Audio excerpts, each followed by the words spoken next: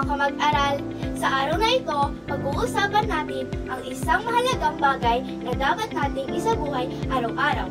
Ito ay ang pagrespeto. Alam niyo bang maraming paraan para ipakita ang paggalang at pagrespeto sa ating kapwa? Ngayon, bibigyan ko kayo ng ilang halimbawa na pwede nating gawin para sa ating pang-araw-araw na buhay. Unang halimbawa ay ang pagrespeto sa mga matatanda. Ang palagi pagmamano at simpleng pag-aabot ng tulong tulad ng pagtawid sa kalsada ay isa ng paraan ng pagpapakita ng pagrespeto. Sa simpleng paggalang, napapakita natin na mahalaga sila sa ating lipunan.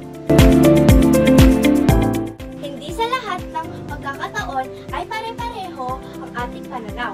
Ipinapakita ang pagrespeto sa pamamagitan ng pakikinig sa opinyon ng iba at pagpapahalaga sa kanilang mga saloobin kahit pa iba ito sa ating sariling paniniwala.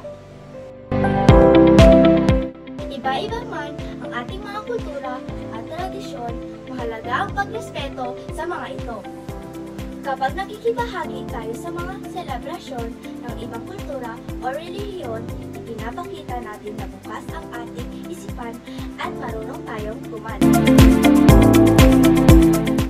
Hindi rin natin dapat kalimutan ang respeto sa sarili.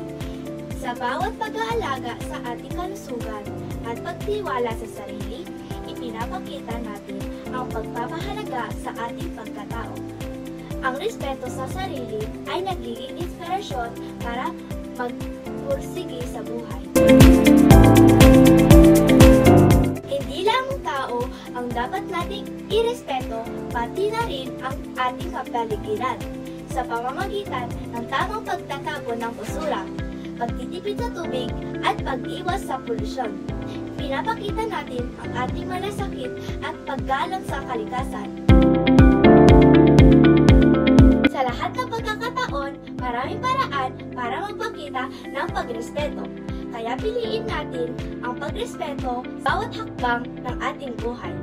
Maliliit na kilos man ito, may malaki itong apekto sa ating lipunan.